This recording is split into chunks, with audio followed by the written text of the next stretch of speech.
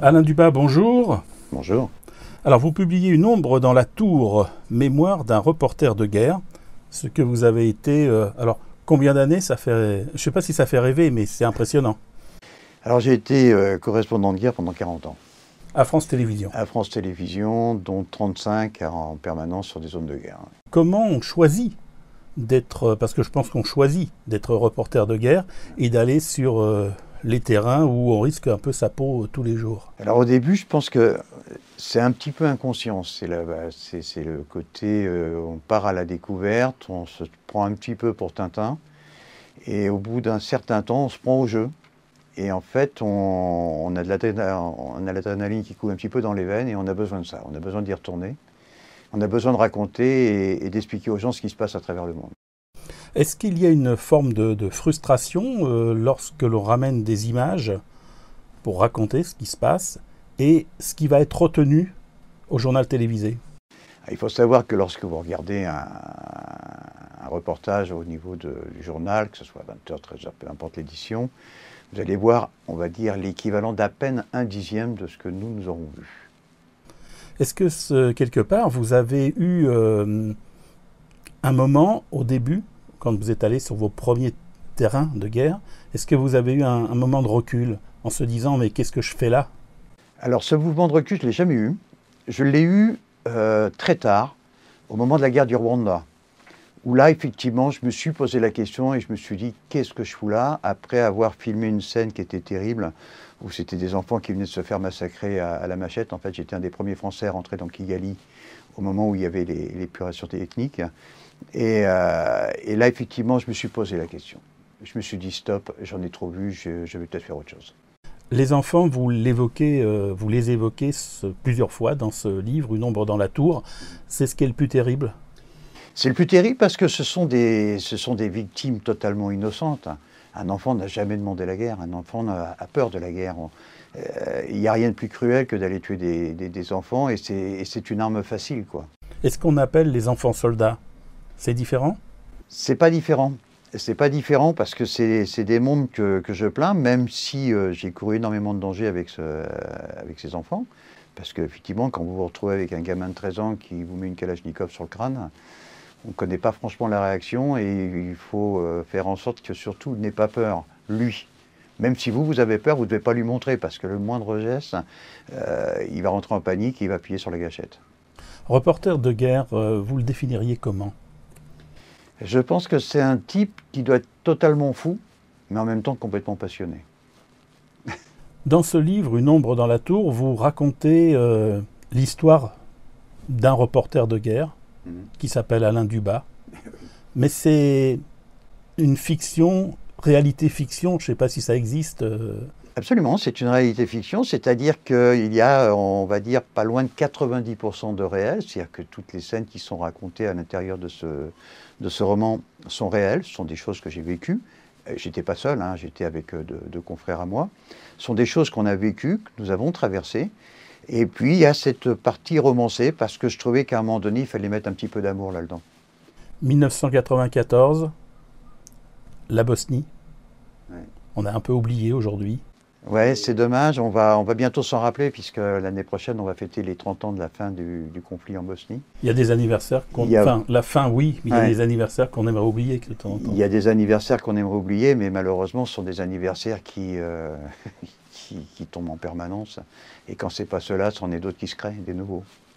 L'histoire tourne autour des snipers, essentiellement. C'est vrai que c'est en Bosnie, j'ai l'impression, dans mes souvenirs, que c'est à ce moment-là qu'on a découvert cette forme de guerre, de guérilla urbaine. En fait, si vous voulez, chaque guerre amène son phénomène. La Bosnie a amené effectivement les snipers, c'est-à-dire que les snipers faisaient beaucoup plus de dégâts que les militaires, etc., ou les combattants qui se trouvaient sur le terrain. Et puis ensuite, on a eu d'autres évolutions, on a eu les prises d'otages, etc. Vous voyez, chaque événement à travers le monde amène sa nouvelle source de problèmes qu'on va rencontrer, nous, sur le terrain. Un sniper, il y en a des deux côtés. Bien sûr. Et un sniper, c'est qui? Un sniper, ça peut être vous, ça peut être moi, ça peut être n'importe qui. Dans le cas présent, celui du roman, c'est une femme qui a vu son mari et son enfant se faire tuer devant elle. Et elle a pété complètement un câble. Voilà. elle s'est dit, je vais les venger, et elle s'est mise à tirer sur tout ce qu'elle trouvait. Donc vous arrivez, en fait vous déposez vos valises, vous revenez du Rwanda, et on vous dit, tu repars en Bosnie le lendemain. Ça a été ma vie, ouais, en permanence. Ouais. C'est-à-dire qu'en fait, je passais rarement plus de 2 semaines à Paris. Ouais. C'est difficile, quand on passe même 2 semaines à Paris dans la famille, non pas d'oublier, mais de vivre normalement. On ne vit pas normalement. Vous dites, je traverse pas la route, je traverse la rue en courant, je regarde à droite, je regarde à gauche. Bah, c'est-à-dire qu'en fait, on a des automatismes dont dépend notre sécurité. Et quand vous passez votre temps avec ces automatismes, c'est vrai que lorsque vous rentrez à Paris, bah, on les garde. Et surtout, vous n'êtes que pour un court instant à Paris. On ne reste pas longtemps à Paris. Alors la guerre que vous couvrez pour France Télévisions, c'est la guerre sur le terrain. Mais vous fréquentez aussi un peu le commandement, un petit peu l'intelligentsia, ceux qui font la guerre, mais depuis leur bureau. Oui, c'est vrai. Oui. C'était une autre facette, c'est-à-dire qu'en fait, après la guerre du Koweït, où j'ai été grièvement blessé, j'ai pensé qu'il valait mieux lever le pied. C'est-à-dire que je courais moins vite, et pour cause. Donc voilà, j'avais été quand même assez salement amoché, et il fallait faire autre chose. Et donc on m'a proposé de rentrer à l'Élysée. Donc je suis rentré à l'Élysée, et là j'ai vu l'autre facette. Il y a un personnage qui est intéressant, qui est attachant aussi, c'est Martin. Ouais. Le caporal-chef Martin. Le caporal-chef Martin, ouais. Le caporal-chef Martin, c'est un jeune gars, comme il en existe des milliers, jeune militaire qui était en train de chercher sa voie, qui ne savait pas très bien ce qu'il allait faire dans sa vie, et qui s'est dit, après tout, pourquoi pas l'armée? Si je peux servir mon pays, si je peux être utile, et puis si dans l'absolu, je peux surtout avoir un travail stable, pourquoi pas? Et il a choisi de partir là-bas. La femme sniper dont vous parliez tout à l'heure, Irina, est aussi un personnage étonnant, à la fois par son côté froid, et derrière la femme qui existe, et les femmes dans la guerre. Mais vous savez, ce genre de personnage, je vous l'ai dit tout à l'heure, un sniper, ça peut être n'importe qui. C'est-à-dire que on peut en vouloir à cette femme, de tuer des enfants, de tuer des innocents, etc. Mais quelque part, la question dans ce livre, c'est « Et moi, si demain, je vivais ça, qu'est-ce que je ferais ?» Et elle est à la recherche de savoir, de comprendre. Et quelque part, c'est vous, votre personnage dans ce roman, qui allez lui apporter cette réponse. Il n'y a pas de psychologue dans une zone de guerre. Donc vous êtes livré à vous-même, vous êtes seul contre tous et seul contre vous surtout. Et cette femme, elle avait perdu totalement pied et elle avait besoin d'un dialogue. Alors c'était un dialogue dangereux parce qu'on ne connaît pas la réaction. Quand on rencontre ce genre de personnage, on ne sait pas du tout ce qui va se passer, on ne sait pas du tout comment on va être accueilli. Là, en l'occurrence, j'ai été introduit, mais on ne savait pas du tout au départ ce qui allait se passer et comment ça allait se passer. Alain Dubas, Une ombre dans la tour, cette tour, c'est le titre de votre livre, mais cette tour, c'est la tour d'Irina. C'est sa tour. C'est sa tour. C'est son lieu de travail, son bureau. C'est son bureau. C'est de là où, en fait, pratiquer ses tirs. Et c'était une zone qui était ultra dangereuse, qui se trouvait juste en face de l'Holiday Inn, donc une zone assez passante, puisque, évidemment, certains habitants étaient obligés de passer par là, et devenaient des cibles de choix pour elle. L'avenue des snipers. C'est la fameuse avenue des snipers, ouais. Alors, c'est facile, ça le semble dans le livre, quand on vous lit, en tant que reporter sur le terrain, de confier un peu sa vie à des inconnus. Alors, c'est pas facile. C'est pas facile du tout. Il faut savoir qu'on ne sait pas ce qui va se passer. Nous, on est dans l'inconnu aussi. Quand on rencontre un sniper ou quand on part sur une zone de combat, oui, on part. Maintenant, est-ce qu'on rentrera? On l'espère. Alors, vous partez pour faire passer des checkpoints, vous partez dans des conditions même quelquefois plutôt rocambolesques, avec quelqu'un qui va vous amener par des chemins complètement détournés et avec des contrôles de tout genre à tout endroit, et vous vous retrouvez face à quelqu'un qui est armé jusqu'aux dents et qui vous fait pas plus confiance que vous lui faites confiance. C'est exactement ça. C'est l'instant où les regards s'échangent, où le geste a son importance. Votre propre geste, votre nervosité, tout ça va être analysé. Comme vous allez analyser la personne qui se trouve en face de vous. Son allure, son regard. Est-ce qu'il va devenir dangereux pour vous? Est-ce qu'il ne va pas l'être? On sent, il y a un moment donné, il y a un point où on sait que là, c'est celui sans retour. En principe, les checkpoints, ça se passe bien. Il faut faire attention, il faut être prudent, mais c'est comme tout. À force de le faire, de le pratiquer, etc., bon, bah, on a des signes qu'on connaît, quoi. Alors la carte de presse aide, mais elle ne protège pas non plus des balles. Alors la carte de presse aide, ça dépend des endroits, hein. Il y a certains pays, vaut mieux pas dire qu'on est français, quoi. Il faut parler n'importe quoi, mais pas le français, quoi.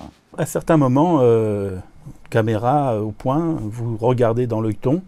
Ces caméras, à l'époque où vous étiez sur ces terrains, on voyait en noir et blanc à l'intérieur. Ouais.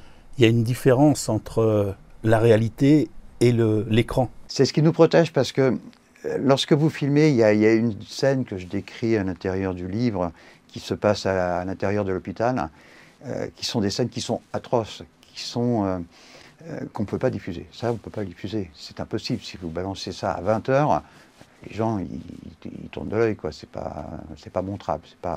D'autant que là, c'est pas du cinéma, c'est de la réalité, quoi. Ça se passe concrètement. Et pour nous, on n'est que des hommes. Il ne faut pas l'oublier. Et on est comme tout le monde. On a des sensibilités, on a des peurs, on a des angoisses. On n'est pas des Superman. On est comme vous et moi. On est monsieur tout le monde. Monsieur ou madame tout le monde. N'oublions pas qu'il y a des femmes qui font ce métier. Hein, ne l'oublions pas. Et effectivement, cette image en noir et blanc nous protège parce que on se met dans la tête, on est dans une bulle et en fait on regarde la télé. On regarde notre petit écran. Et on oublie de voir tout ça avec de la couleur. C'est-à-dire que la couleur du sang, c'est terrible. Hein. Mais si vous la voyez en noir et blanc, ça passe mieux. Et c'est ce qui nous permet, nous, de faire notre travail. À un moment, vous posez votre caméra en disant « je filme pas ». Ouais. Puis vous filmez quand même. Mais c'est un enfant d'ailleurs. C'est un enfant, mais à un moment donné, il faut raconter au monde. C'est-à-dire que si on ne provoque pas les gens, si on ne leur dit pas ça, c'est du réel, ça, c'est concret, ça existe. En ce moment, pendant que vous êtes devant votre soupe ou votre plat, il y a un gamin qui est en train de se faire tuer. Et ce gamin, il n'avait rien demandé. Et donc, même si on n'a pas envie de le filmer, on est journaliste. Hein. Donc, quelque part, il faut que ça reste, il faut qu'il y ait des traces de ça. On a l'impression que les personnes que vous rencontrez n'ont plus de sentiments pour rien, pour personne. Et finalement, il y a des sentiments qui vont se nouer. C'est la partie peut-être un peu romancée du livre. Est-ce que c'était pour que ça passe mieux? C'est pas pour que ça passe mieux au niveau du lecteur. Pour rendre plus humain? C'est qu'il fallait rendre cette histoire humaine. Parce qu'il y a de l'humanité. Il y a des histoires d'amour dans la guerre. Ça existe, les gens s'aiment. Alors pas ceux qui se tirent dessus, bien entendu. Mais l'amour existe. Des jeunes peuvent se rencontrer entre eux, même dans des endroits complètement inadaptés, parce que ça va être dans un abri, ça va être... voilà. Et la crainte, la peur, fait lier aussi des sentiments entre les gens. Quand on mélange nos peurs, des fois il se crée des choses. Ouais. Alain Dubas, si c'était à refaire, vous repartiriez demain matin avec votre caméra? Demain matin, je repars. Ouais, bien sûr. C'est une évidence. La question ne se pose même pas. Bien sûr, je repars. Une ombre dans la tour, mémoire d'un reporter de guerre, Alain Dubas, c'est chez IGB Éditions. Regardez bien le journal télévisé, parce que des théâtres de guerre, il y en a encore aujourd'hui. Regardez bien, parce que ce sujet qui passe en 30 secondes, une minute peut-être au mieux, et au milieu de tout ça, il y a des hommes qui, quelque part, vivent dramatiquement les choses. Et il y a des gens qui racontent, c'est ce que raconte Alain Dubas donc dans ce livre « Une ombre dans la tour, mémoire d'un reporter de guerre ». Et vous ne regarderez pas la télévision et le journal télévisé de la même manière. Merci à vous.